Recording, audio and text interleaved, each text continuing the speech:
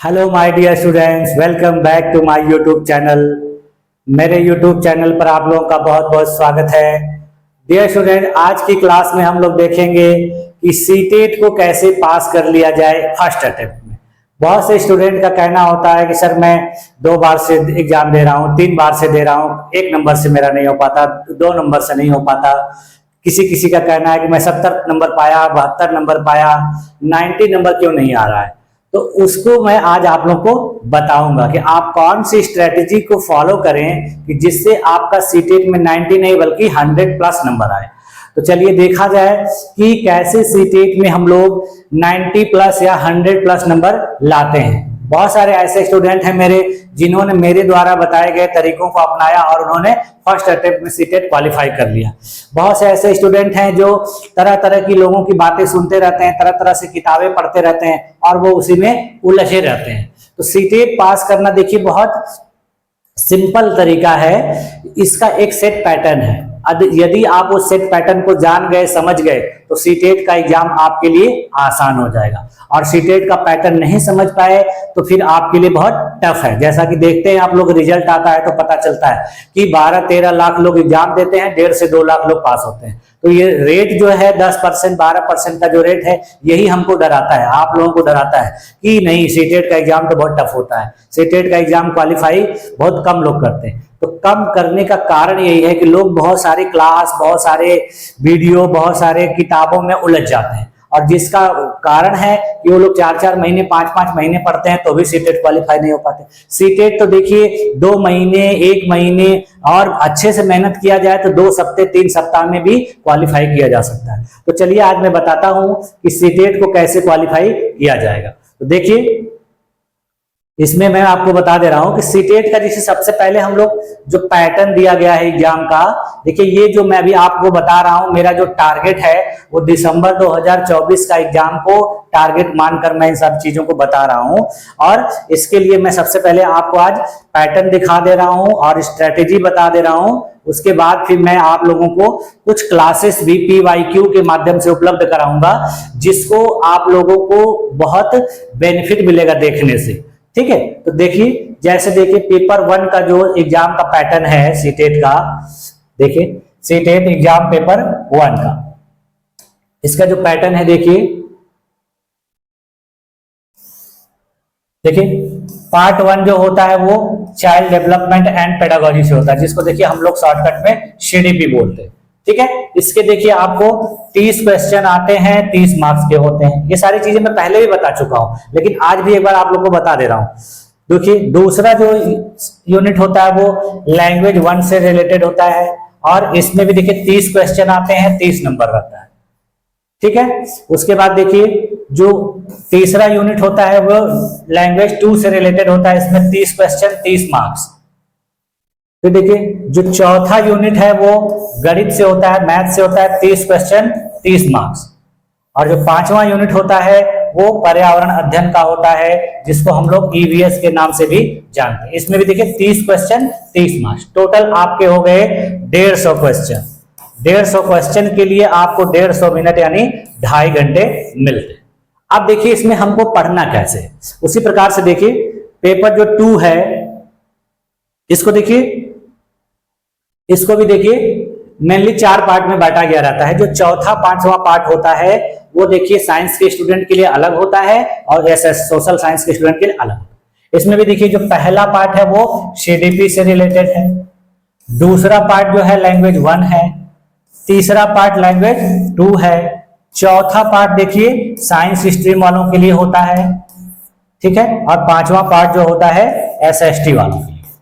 ठीक है, हमको देखिए देखना क्या, जैसे देखिए यूनिट 1 से 3 इसमें और यूनिट 1 से 3 इसमें, ये दोनों देखिए कॉमन है। इसका मतलब कि एक की तैयारी अच्छे से आप करेंगे तो दूसरा अपने आप तैयार हो जाए। ठीक है, इसमें देखिए क्या है कि CDP का कुछ सेट टॉपिक होता है जिसको पढ़ लेने के बाद आप उसके क्वेश्चन आराम से कर लेंगे। आपका 30 में से 28, 29, 27 भी आ सकता है। ठीक है। और लैंग्वेज 1 और लैंग्वेज 2 में देखिए सबसे बड़ी चीज क्या होती है कि लैंग्वेज 1 और लैंग्वेज 2 में आप लोग बिना मतलब का बहुत सारा ग्रामर पढ़ने लगते हैं। तो बिना मतलब का बहुत सारा ग्रामर पढ़ने की कोई जरूरत नहीं है। इसके लिए आपको जो कुछ प्रीवियस ईयर के क्वेश्चन हैं उसी में जो अनसीन पैसेज दिए रहते हैं, यानी अपठित गद्यांश जो रहते हैं, उसी को अच्छे से हल कर लेना है और उसके आधार पे जो व्याकरण या ग्रामर के क्वेश्चन आएंगे उसको आप हल कर लीजिए और बाकी क्वेश्चन तो आपके कॉमन सेंस से हल हो जाएगा।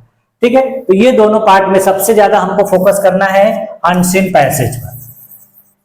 बाकी का फालतू का ग्रामर वगैरह नहीं पढ़ना है, उसमें अपना समय बर्बाद नहीं करना है।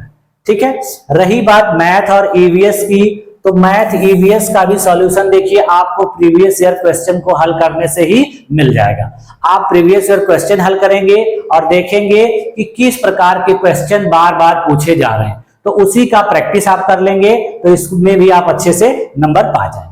अब देखिए इन यूनिट में देखिए, जैसे मैंने आपको बताया कि इसमें आप कुछ चीजें अभी मैं बता दूंगा कौन कौन से टॉपिक पढ़ने हैं, तो उनको पढ़ लेंगे तो आप सीडीपी में जो है 27 से लेकर 29 नंबर तक तो आराम से पा जाएंगे। एक आध क्वेश्चन मान लीजिए गलत हो जाएगा। ठीक है, उसी प्रकार देखिए लैंग्वेज 1 और लैंग्वेज 2 में भी आप कितना भी खराब करेंगे तो 18 से 20 नंबर तो पा ही जाएंगे। ठीक है, उसी प्रकार इसमें भी देखिए 18 से 20 नंबर इसमें पा जाएंगे आप।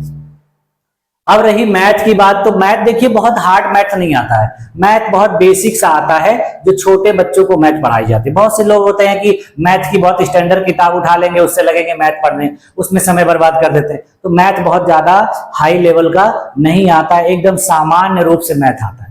उसी प्रकार देखिए ईवीएस में भी बहुत सामान्य स्तर के प्रश्न आते हैं। आप कक्षा 1 से लेकर 5 तक की अगर ईवीएस की बुक आपको देखने के लिए मिल रही है एनसीईआरटी वाली, तो उसको आप देख लेंगे और सबसे पहले आपको प्रीवियस ईयर क्वेश्चन देखना है कि उसमें किस प्रकार से क्वेश्चन आ रहे हैं। तो इसमें भी आप जिसे देख लीजिए 15 से लेकर 20 नंबर, यहां देखिए आप 20 से लेकर 22 नंबर। तो इस प्रकार से यदि आप नंबर पाते हैं तो आप देख लीजिए, जोड़ लीजिए, यहां पर आपका 27 नंबर, यहां पर 20 नंबर, 47 नंबर, यहां पे 20 नंबर, 67 नंबर और यहां देखिए 20 नंबर, 87 नंबर और 22 नंबर। देखिए आपका आराम से 109, 110 नंबर आ जाएगा। ठीक है, इस तरीके से आप तैयारी करेंगे तो आपका आराम से 100 प्लस आएगा। ठीक, अब रही बात देखिए कुछ स्टूडेंट जो होता है लैंग्वेज 2 में गड़बड़ करते हैं। लैंग्वेज 2 में गड़बड़ क्या करते हैं कि वे किसी के कहने पर कोई संस्कृत ले लेता है, कोई अंग्रेजी ले लेता है। नहीं, किसी के कहने पर आप लैंग्वेज 2 मत सेलेक्ट करिए। लैंग्वेज 1 आपका देखिए हिंदी रहने दीजिए। ठीक है, तो लैंग्वेज 2 में देखिए आप कैसे डिसाइड करेंगे कि लैंग्वेज 2 में हमको कौन सा पेपर लेना है। तो उसके लिए आपको पहले से थोड़ा सा पहले से स्ट्रेटेजी बनानी होगी। जो प्रीवियस ईयर क्वेश्चन आए रहते हैं उन्हीं में से देखिए लैंग्वेज 2 का जो क्वेश्चन आपको कंफर्टेबल लग रहा है हल करने के लिए, इंग्लिश का इजी लग रहा है कि संस्कृत का इजी लग रहा है, दोनों में से जो आप आसानी से हल कर ले रहे हैं, 1-2 पेपर देखिए, 3 पेपर देखिए कि किसका पेपर हल करना आसान है, तब जाके आप लैंग्वेज 2 को सिलेक्ट करिए। किसी दूसरे के कहने पर मत लीजिए। कोई कहता है कि मैंने संस्कृत लिया मेरा इतना नंबर आ गया, कोई कहता है मैं इंग्लिश लिया इतना नंबर, किसी की बातों को मत सुनिए। आप खुद से प्रीवियस ईयर क्वेश्चन देखिए और उस क्वेश्चन को हल करिए अपने से, देखिए उसमें से आप कितना क्वेश्चन आराम से कर ले रहे हैं। जिसमें ज्यादा पढ़ने की जरूरत आपको नहीं पड़ रही है तो उसी के अनुसार लैंग्वेज 2 को सिलेक्ट करिए। तो इस तरीके से आप अगर करेंगे तो आपका 100 प्लस नंबर एकदम गारंटीड आएगा, इसमें कोई रुकावट नहीं होगी। देखिए वही सेम स्ट्रेटेजी देखिए आपको यहां भी फॉलो करनी है, सेम तीनों में। सीडीपी में भी उसी तरीके से पढ़ना है। अभी मैं देखिए कुछ टॉपिक बता दूंगा आपको, किसको किसको तो एकदम पढ़ना ही पढ़ना है। उसके बाद देखिए जो साइंस के स्टूडेंट हैं और जो एसएसटी के स्टूडेंट, तो देखिए ये जो यूनिट होता है, ये यूनिट ज्यादातर जो है एनसीईआरटी की बुक को फॉलो करने से आएगा। दूसरा तरीका है कि इतनी ढेर सारी एनसीईआरटी पढ़ेंगे कैसे, तो इतनी ढेर सारी एनसीईआरटी नहीं पढ़ना है, तो आपको प्रीवियस ईयर क्वेश्चन पेपर को हल करना है और उसको बार बार रिवाइज करना है, तो इससे आपका इसका सॉल्यूशन हो जाएगा। एसएसटी का देखिए पीवाईक्यू मैं अपने इसी चैनल के माध्यम से आप लोगों को उपलब्ध कराऊंगा और मैं उसी यूनिट उसी टॉपिक से क्वेश्चन सेलेक्ट करूंगा जिससे बार बार पूछे जाते हैं। ये कुछ दिनों के बाद से ही मैं आप लोगों को करवाऊंगा और अगर समय बचेगा तो मैं सीडीपी का भी पीवाईक्यू जो इंपॉर्टेंट है वो करवा दूंगा। तो इसका सॉल्यूशन तो मैं आप लोगों को उपलब्ध करा दूंगा। ठीक है, लेकिन अपने से भी आपको PYQ जरूर हल करना है। ठीक है, तो ये देखिए इसमें भी जब आप इस स्ट्रेटेजी को फॉलो करेंगे तो इसमें भी आपका 105 से लेकर 110 नंबर आ जाएगा। लैंग्वेज 2 देखिए, हमेशा ध्यान रखिएगा अपनी सुविधा अनुसार चुनना है, किसी के कहने से नहीं। और ढेर सारी किताबें भी नहीं पढ़नी है, कोई एक सिलेक्टेड बुक ले लीजिए। अब मैं तो कहूंगा कि किसी बुक पढ़ने की जरूरत ही नहीं है, आप PYQ जो है किताब आती है प्रीवियस ईयर क्वेश्चन पेपर की, उसको ले लीजिए। उसके बाद अभी मैं कुछ ऐसे टॉपिक बताऊंगा जिसको आप किसी जगह से ढूंढ के पढ़ लेंगे।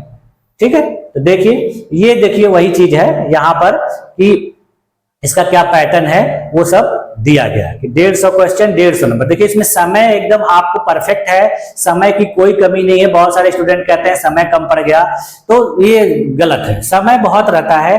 150 क्वेश्चन 150 नंबर बहुत पर्याप्त समय है। ठीक है, तो इसके लिए आपको ये देखिए CDP का सिलेबस है। ठीक है, तो इतना बड़ा देखिए, अब इतने बड़े बड़े सिलेबस को आप लोग देख के डर जाते हैं।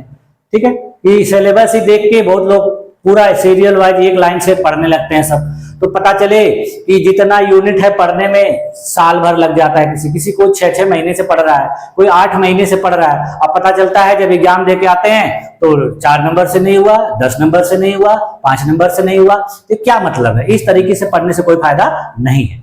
ठीक है, आप लोग एक स्ट्रेटजी अपनाकर उसके तरीके से अच्छे से पढ़िए, तब देखिए आप सीटेट क्वालिफाई नहीं होते हैं तो मुझे कहिएगा। जिन स्टूडेंट ने मेरी देखिए बातों को फॉलो किया, मैं दोबारा कह रहा हूं कि उन्होंने फर्स्ट अटेम्प्ट में सीटेट क्वालिफाई किया है। और कुछ अच्छे स्टूडेंट जो सिंसियर स्टूडेंट हैं उनका तो फर्स्ट अटेम्प्ट में ही 110 प्लस नंबर आया। ठीक है, लेकिन 90 से कम किसी का नहीं है, 90 से एबव ही आया है सबका। ठीक है, तो चलिए मैं देखिए उन महत्वपूर्ण टॉपिक्स को बता दे रहा हूं जिनको आपको अवश्य पढ़ना है। हाँ देखिए, सबसे पहले देखिए हमको पढ़ना है इसमें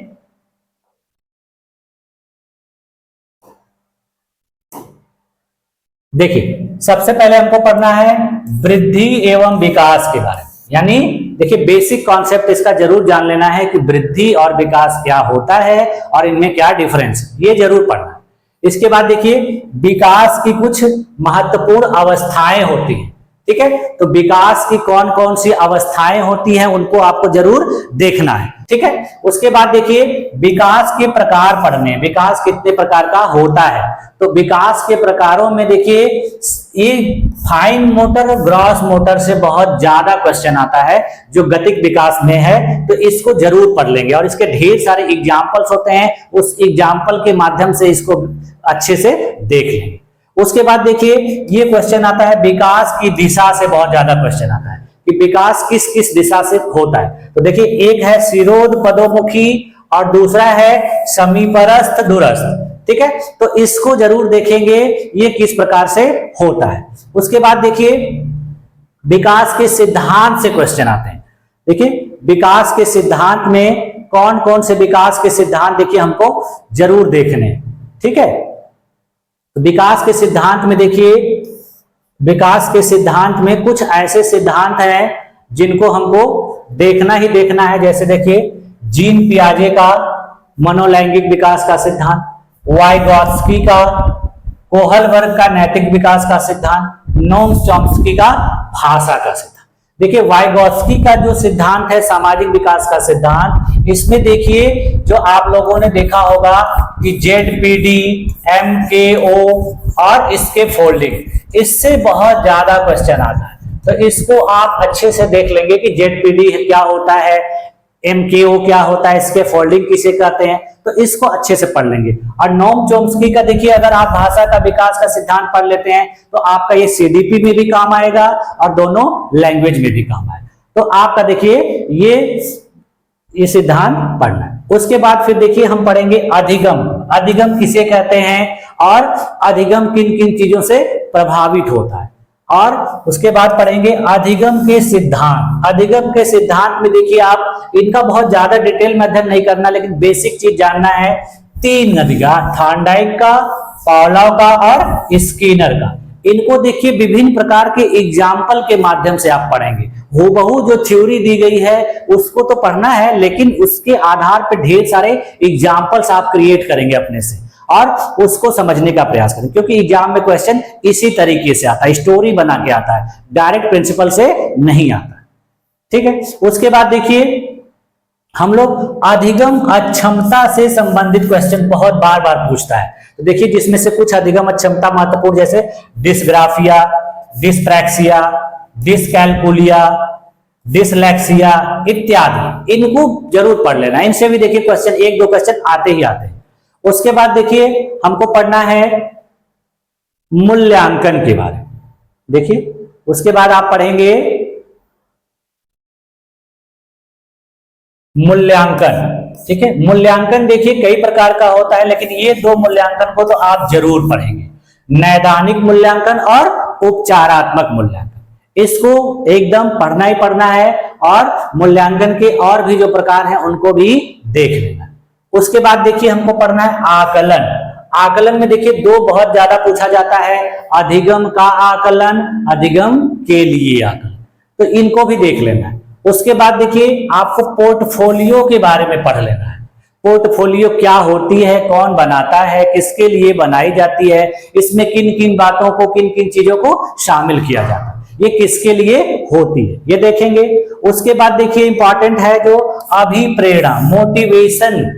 अभिप्रेरणा देखिए दो प्रकार की होती है मेनली, आंतरिक अभिप्रेरणा और बाह्य अभिप्रेरणा। इसमें हमको देखना है कि किस प्रकार के बच्चों के लिए आंतरिक अभिप्रेरणा की जरूरत होती है और किस प्रकार के बच्चों के लिए बाह्य अभिप्रेरणा की जरूरत होती है, इसको हम लोग पढ़ लेंगे।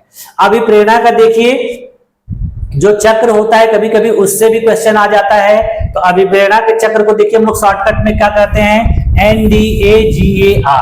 ठीक है, तो इसको शॉर्टकट में देखिए NDAGAR के नाम से भी जाना जाता है, तो इसको भी आप पढ़ लेंगे।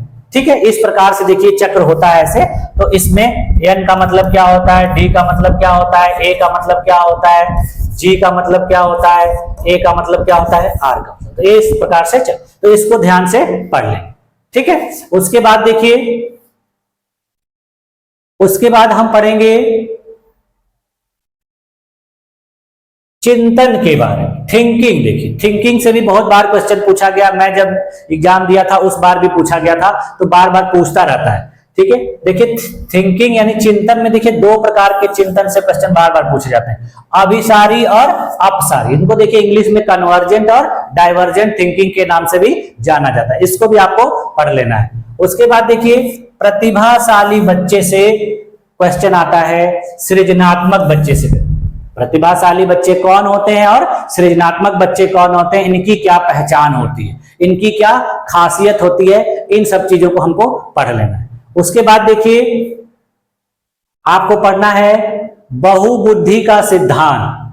देखिए मोस्ट इंपॉर्टेंट है, ये तो पूछता ही पूछता है एग्जाम में। तो बहुबुद्धि का सिद्धांत देखिए हार्वर्ड गार्डनर के द्वारा दिया गया था, और बहुबुद्धि के सिद्धांत कितने प्रकार के हैं और उनको विभिन्न प्रकार के उदाहरणों के माध्यम से आपको अच्छे तरीके से समझ लेना है। कभी कभी देखिए कभी उदाहरण से ही क्वेश्चन पूछता है, तो इसको आपको अच्छे से पढ़ना है। उसके बाद देखिए आपको देख लेना है बुद्धि लब्धि के बारे में, IQ के बारे में, कि कौन कौन से बुद्धि लब्धि वाले बच्चे किस प्रकार के होते हैं। ठीक है, इसको पढ़ना है। उसके बाद देखिए आप लोग पढ़ लीजिएगा अब्राहम मास्लो के बारे में। अब्राहम मास्लो ने एक महत्वपूर्ण सिद्धांत दिया था जिसको आवश्यकता अधिगम या नीड थ्योरी के नाम से भी जाना जाता है। ठीक है, इनको पढ़ेंगे। इसके बाद देखिए आप पढ़ेंगे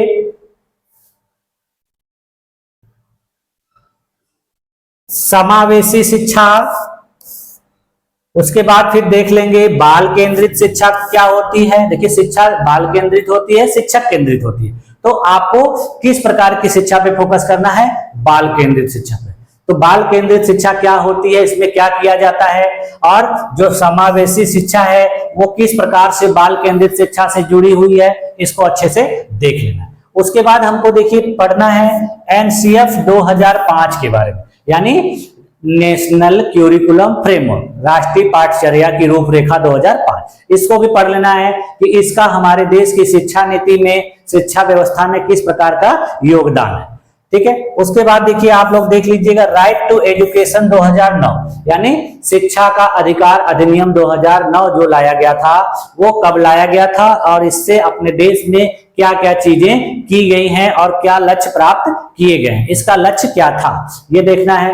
उसके बाद देखिए हमको देखना है NEP यानी न्यू एजुकेशन पॉलिसी 2020, इसको देखिए NEP 2020 के नाम से जाना जाता है। तो इसको देखिए हम हर सेक्शन के वाइज से देखेंगे, यानी NEP 2020 में लैंग्वेज भाषा के लिए क्या कहा गया है, सामाजिक अध्ययन के लिए क्या कहा गया है, तो इन सारी चीजों को हमको देख लेना है। और इसको देखिए आपको कैसे पढ़ना है, प्रीवियस ईयर क्वेश्चन के माध्यम से, यानी ये NCERT NEP उसकी वेबसाइट से 100 पेज का डाउनलोड करके नहीं पढ़ना है कि 100 पेज का डाउनलोड कर लिया और उसी को पढ़ने में लगे हुए, ऐसा नहीं करना है। आपको प्रीवियस ईयर क्वेश्चन पेपर को देखना है और उसमें देखना है कि इनसे रिलेटेड किस प्रकार के क्वेश्चन बार बार पूछे गए हैं, और उसी को आपको अच्छे से देख लेना, रटना नहीं है, उसको देख लेंगे तो आपके दिमाग में खुद ही आ जाए, ठीक है। और देखिए सबसे इंपॉर्टेंट जो मैंने लास्ट में लिखा है वो है PYQ, और PYQ देखिए मैं बार बार बोल रहा हूं, PYQ देखिए आप बहुत ज्यादा नहीं कर पा रहे हैं तो कम से कम 10 पेपर का तो PYQ एकदम देखना ही देखना है, ज्यादा नहीं देखना है, 10 पेपर। 10 पेपर का मतलब कि जैसे अभी 2-3 परीक्षाएं जो है ऑफलाइन मोड में हुई हैं, उसके बाद पीछे की जो कुछ परीक्षाएं जो CBT मोड यानी ऑनलाइन कंप्यूटर माध्यम से हुई थी, उनके क्वेश्चन को भी देख लें। इतना 10 पेपर आप कर लेंगे तो आपको एक ब्रीफ आइडिया मिल जाएगा कि सीटेट को कैसे पास किया जाए। उसके बाद देखिए सबसे लास्ट में सबसे मोस्ट इंपॉर्टेंट जो चीज होती है वो होती है सेल्फ कॉन्फिडेंस। सेल्फ कॉन्फिडेंस जो है उसके साथ साथ आपके अंदर कंसिस्टेंसी होनी चाहिए, यानी आप अगर कंसिस्टेंट होकर इसकी पढ़ाई कर रहे हैं तो 1 से 1.5 महीना आपके लिए बहुत पर्याप्त है। जैसे देखिए पूरा नवंबर का महीना और आधा दिसंबर, इसमें आप सीटेट को आराम से क्वालिफाई कर सकते हैं, ठीक है। आपको किसी बाहरी मोटिवेशन की जरूरत नहीं है, आपको खुद अपने आप से इंटरनल मोटिवेट होना है, यानी आत्म अभिप्रेरणा और आत्म केंद्रित आत्म विश्वास, यही सबसे बड़ा जरूरी चीज है किसी भी एग्जाम को पास करने के लिए, किसी भी सफलता को प्राप्त करने के लिए। तो मेरा यही उद्देश्य था कि मैं आप लोगों को ये चीजें बता दूं जिससे आप लोग इसका बेनिफिट उठा सकें। तो उम्मीद है कि आप लोगों को मेरी ये क्लास पसंद आई होगी और आप लोग इन सारी चीजों को नोट डाउन कर लीजिएगा और उसी के अनुसार अपनी पढ़ाई को आगे बढ़ाइएगा, ठीक है। तो इसके लिए आप लोगों को इस वीडियो को देखने के लिए बहुत बहुत धन्यवाद। मिलते हैं नेक्स्ट क्लास में। Thank you.